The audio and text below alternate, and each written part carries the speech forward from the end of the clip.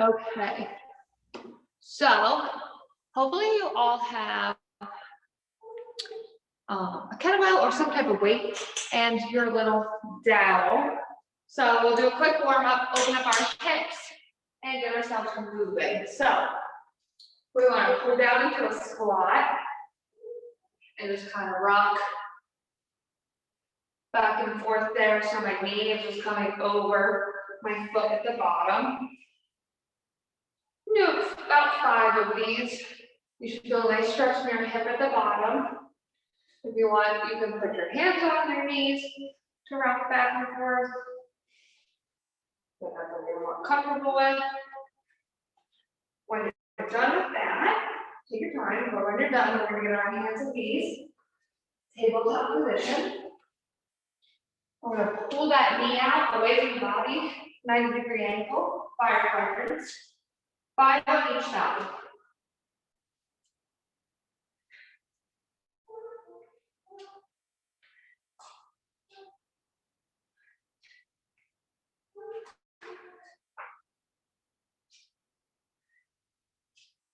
All right, 5 on each side. You're going to repeat it one more time. So 10 on each leg total.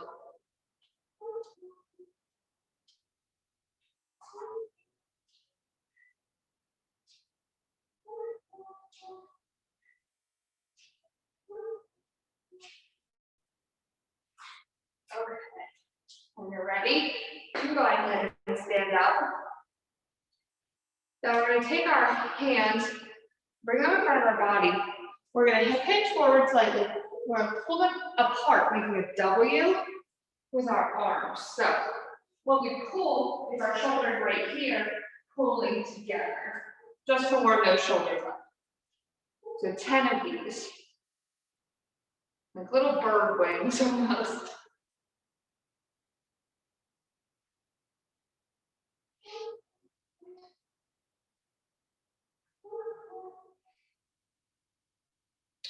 All right. Shake out anything else you need. Give yourself any other little stretches, and then we'll start with the hip hinge again. A quick review of what we learned last week. If you guys weren't in class last week, then you'll be learning it in a quick crash course. So if you have a broomstick, something thin, light, straight, long enough to go your whole body. I'm going to connect it to the back of my head, the right between my shoulder blades at my spine, and my tailbone. So I'm going to hold it here. I like to put this hand right just small of my back where it has a natural curve because it fits right there. And that part we're not worried about connecting, we're worried about above and below. So I'm going to take it here. And now I'm going to spread my feet out slightly, about hip width. And I'm going to pull my hips back.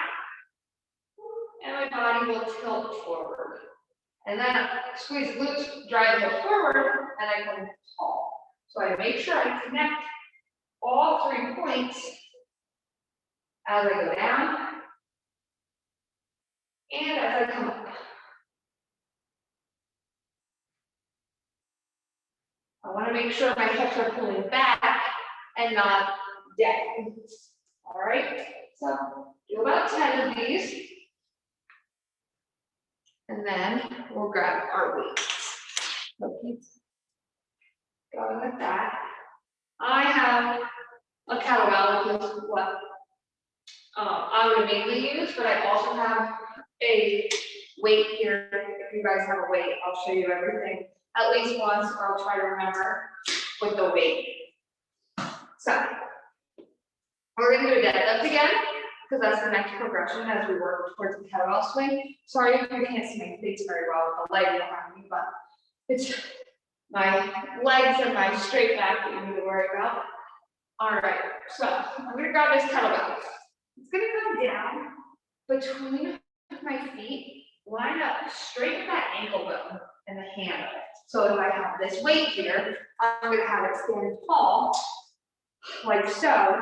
And same thing, I'm going to bring my body directly over it. So when I hinge back, I can just grab the top to stand. So for my kettlebell, show you from the side. It's going to disappear between my legs because that's where I want it, directly under my body. Now my hips pull back to the wall behind me, almost like I'm like really sticking my booty out for the person behind me. You know, if I was going to the bathroom and I didn't want to sit down in the seat, but you don't want to get pee on your feet either, pull that booty back. I know it sounds funny, but it helps a lot of people, that analogy. So pull the booty back, grab onto the handle, and stand tall. So I'm not pulling up here at all. I like to do it all the work. Stand tall, tight glutes, drive the hips forward. 10 deadlifts. Same thing if I was here. On this, I'm just going to grab on either side. And each time the bottom is going to tap down next to my heels. All right. 10 of those. Perfect. Now, we're going to progress. So we're going to work on a height pass. If you saw my Instagram post last Monday, you'll see that there are multiple steps to the progression to the swing. We just did the first two. Now we're going to do the third. So I'm going to show you the side. The bell's going to come out in front of me, about one of my feet length away. So I'm going to put my foot there, and then from there, spread my feet out. Now I'm going to hang back. So my booty pulls back, my body follows so that I do that straight line. And I'm going to reach forward and tip the bell towards me. So you see that nice angle that it creates for my shoulder all the way to the edge of the bell instead of being here. So I just slightly tip it back and didn't pick it up yet. Now I'm just going to hike it like a football straight behind me and land back exactly where I was before. So before you start hiking, if you have a mirror or something nearby, or if you turn your camera on, you'll be able to see yourself. But if you don't feel comfortable, that's fine. So we want to make sure we're in this nice straight line position. If I pick my broom back up, you would be able to see that before I tip, before I hike. And as I hike, I don't lose that position. I have a nice tight core. I can feel this in my hamstrings, they're firing up, and I'm landing at the same spot each time. So I'm not even coming up yet. So you guys try that a couple times. If you're feeling any discomfort in your low back, that's because you're not positioned properly here. And that means you need to reset. Quickly, if any of you guys have a regular weight, I'll show you. Same thing, 1 foot away. Hips come back. I grab onto the top, on the sides, as so. I'm going to tip it towards me again. And I'm just going to hike back and land in my same spot. Alrighty. Hopefully you guys have completed that a couple times now and are feeling confident. We are going to now go into the workout portion. So no more swinging for today. Each week we'll get closer and closer to the swing. I really hope that you guys will take videos of yourself so you can see yourself. If you'd like to share the videos with me, I will gladly critique them. If you don't feel comfortable doing that, hopefully you can see the side by side of me and you and correct your steps. All right, so last week we learned a kettlebell clean, the safest way to pick our kettlebell up to chest level. We're going to continue that practice so that it's engraved in your head every time you pick the kettlebell up, you're doing it the safest way, the best way. So, hang back, grab onto the top. I drive up, I catch. To come down, I do the opposite. As I drop, my hips come back, and it lands gently on the floor. So, 10 of these.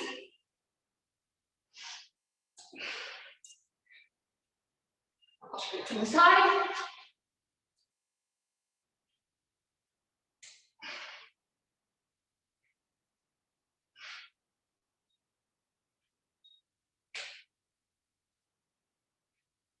As I come up to catch it, my hands come around. So I'm pulling from here, and then I catch here. The momentum of my body coming up is really what's sending this down through. So gravity allows me enough time, or before gravity catches up to me, I have enough time to quick get my hands in movement. Alrighty. So you can rest for a second there. Then we're going to clean our belly up. We're going to learn a thruster. If you have dumbbell, I'll try to show you. You're going to still hinge back, grab up at the top. You're going to come here and catch underneath. So I catch here. So I grab here, catch here. All right. Now, clean that up, and we're going to thrust. So, you're going to squat all the way down. As you come up, push through the ceiling. And as you come down, you return into that squat. So punch, down, punch, down, punch, down. 10 of these. I'll show you now. With here, we cleaned it here. I know I just taught you this, but it may be easier to hold on the side. So squat all the way down, punch. All right.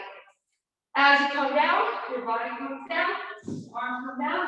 As you go up, everything goes up together for 10.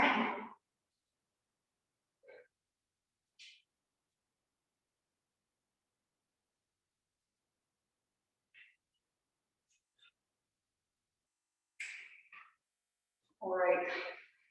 I'm going to move on, but if you're not finished, keep going with those thrusters. We'll try and keep the ear open. Now we're going to learn a lawnmower row. So you can imagine starting a lawnmower, pulling as a course, old-fashioned one, not one we're going to keep. That's essentially what we're going to be doing, but now we're going to go. So my bell is going to line up directly next to my foot in the front. The other foot's going to come back in a nice, ready to lunge position.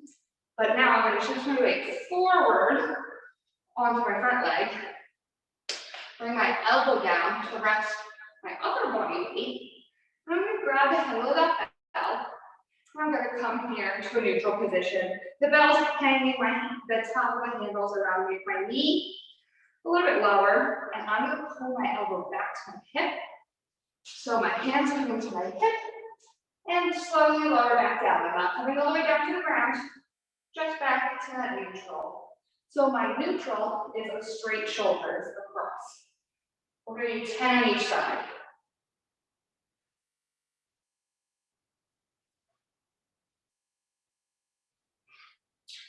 So to switch, you go all the way down, flip the feet, bring that front foot right next to the bell, other leg comes back, come into that lunge, pick up, come to neutral, straight shoulders, and pull to the hip.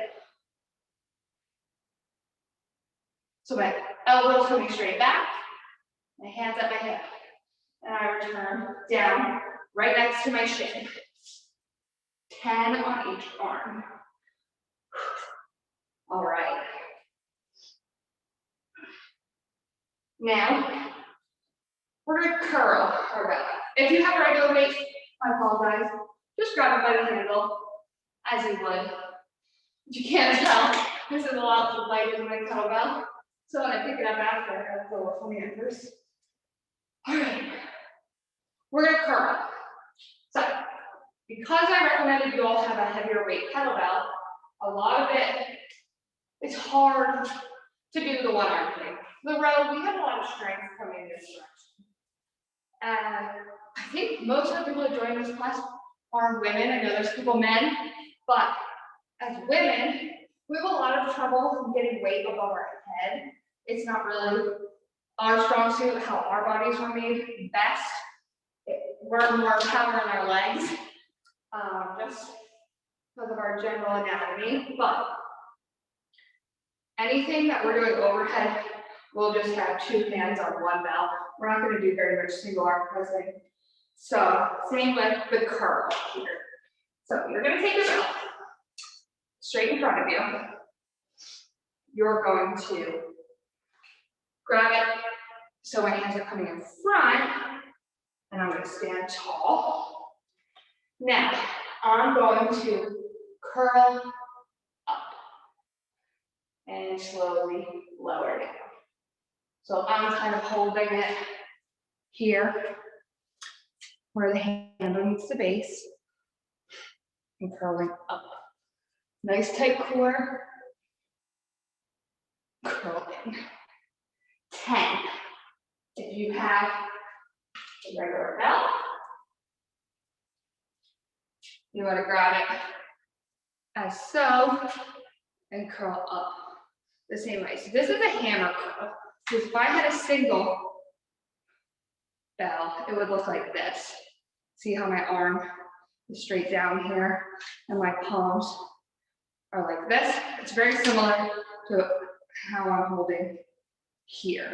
But my kettlebell is 25 pounds. This weight is only 10. I don't think I can single arm curl with 25 for 10 reps. Probably not. All right, back to the beginning. 10 minutes left, so we're gonna try to get through this a couple more times. We're hiking that bell up to our chest. We're cleaning it up. So, hinge to chest, down to chest. So, down, clean up. 10. Go ahead. A straight back is imperative here, so that we don't hurt ourselves. So, as I drop down, my hands come to the top of the handle to slightly lower. So lightly, not slightly, lightly lower. Let me clean up. Catch it down to the spine. Like I said, let it float in air for a minute because you're driving your hips forward, popping it up. If you're not feeling that bell float, that means that you're not using those hips, not using those glutes to really drive it forward. All right. When you're done, put it down for 1 quick second. Now we're going to turn it back up to complete 10 thrusters.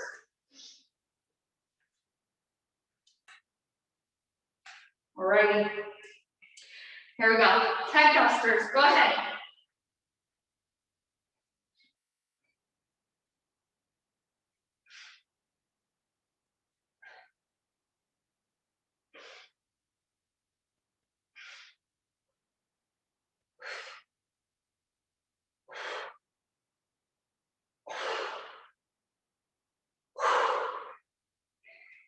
So I like to inhale on the down and exhale on the up to really have that oomph. All right. We are going to row. So my foot comes up, lines up. My handle, I'm turning it so that it's parallel to my foot. Nice and long with my foot. Lunge back. Forearm comes right above the knee. And I come to neutral. See, nice straight across shoulder. I'm not slumping here. And I pull. 10 on each arm.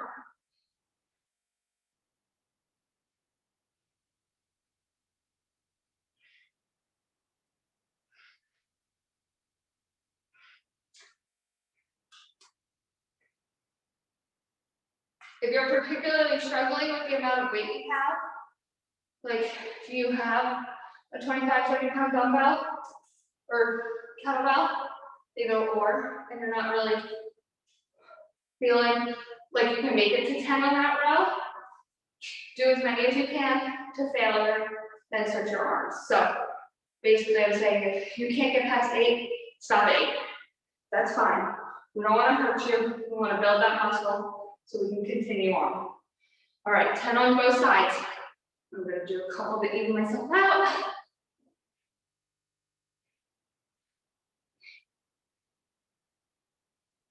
All righty. Now we're gonna curl again. When we're pressing overhead and when we're curling, we really want to make sure, like, I want you guys to see, I know I'm wearing all black, so it can be hard. I don't want this chest, so this is my rib cage here. I don't want the rib cage flaring. You need to pull down and in, up with the pelvic floor. This, holding this nice rounded position is going to help with your pelvic floor strength. If you struggle with that. All right. So if I'm pressing overhead, keeping this position is important because I don't want to be flaring, and then that's pain on my back. And like I said, that affects our pelvic floor.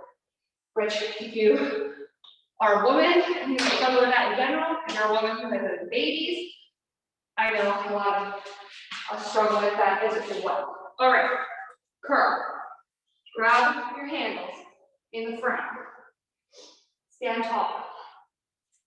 All right, so like I said, rib cage down, in. Pull up with your lower core, and now you curl. For 10.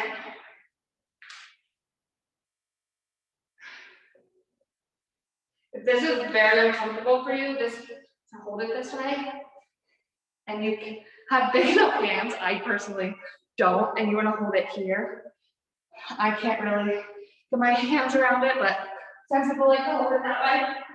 I prefer the handles because my hands are really big enough to grip. So 10 curls. Again, if you really are struggling with this weight, and you can only do 6 or 8, but I want you to push yourself. All right, 10 of those are done. We're gonna go one more time through all 4 of these exercises. Hopefully you're getting a good sweat in.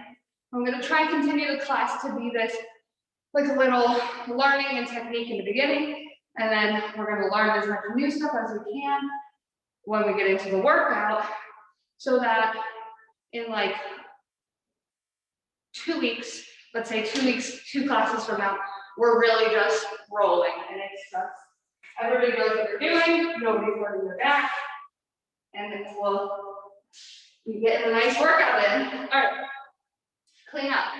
So, it's just right out in front of you, hinge back, grab the top of the handle, stand tall, let it pop up, and back down. If you notice, from my side, you never see me pulling up. If I was pulling up, my elbows would be coming out. If your elbows are coming out, that means you're trying to use your arms. We're using our legs. Pop, catch, pop, catch.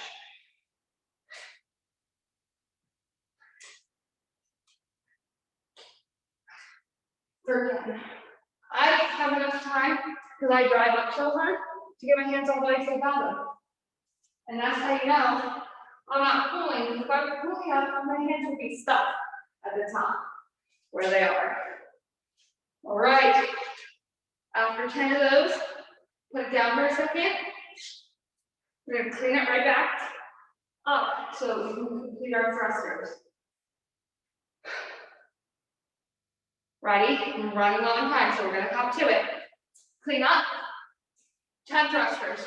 So, down, up. If you see, when I'm up, my chest is down, not out, down.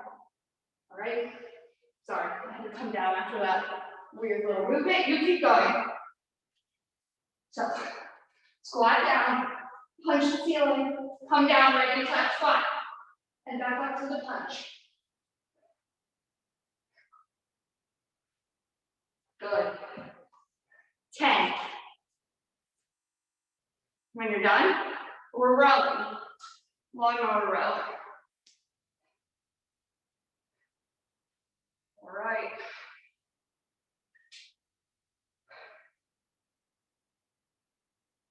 That should be enough time. If not, keep going, complete your thrusters. All right. Long motor row. Handle, foot, elbow, knee, elbow, and hand come back. And then I come back to neutral. Don't drop that shoulder. 10 on your side.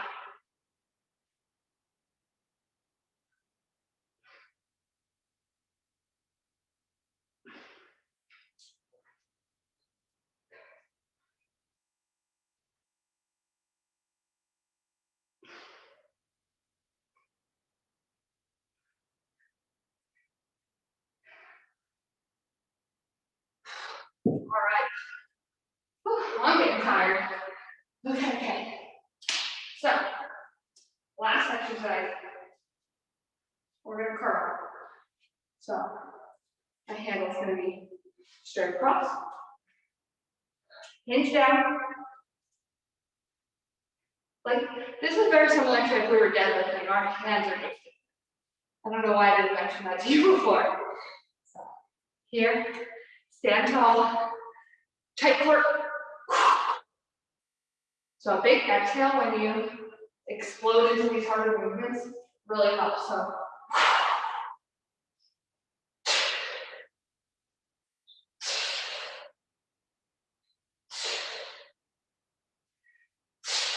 if you focus on your breath, you'll forget what your arm movement doing.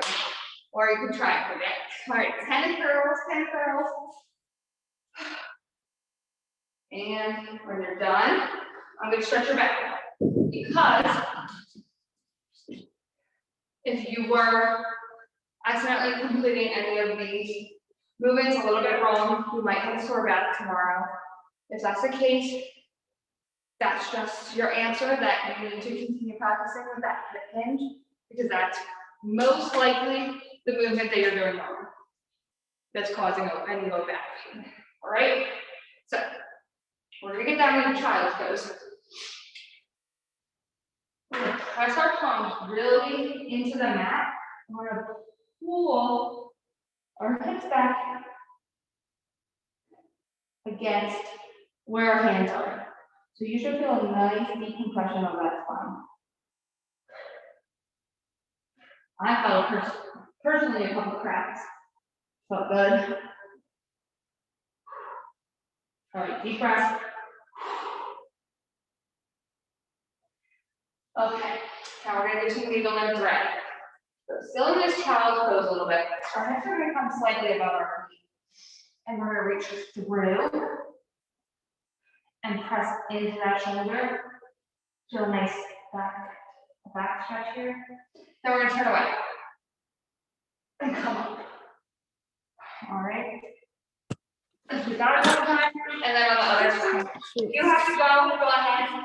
I'm gonna keep this going so I can post it on YouTube. But thank you for joining me. I'll see you next week. This will be on YouTube if you want to watch it. I'll send you all the links.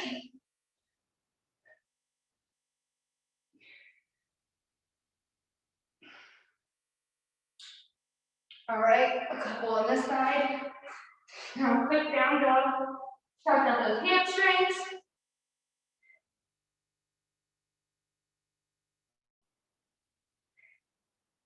All right. Thank you so much. I will see you guys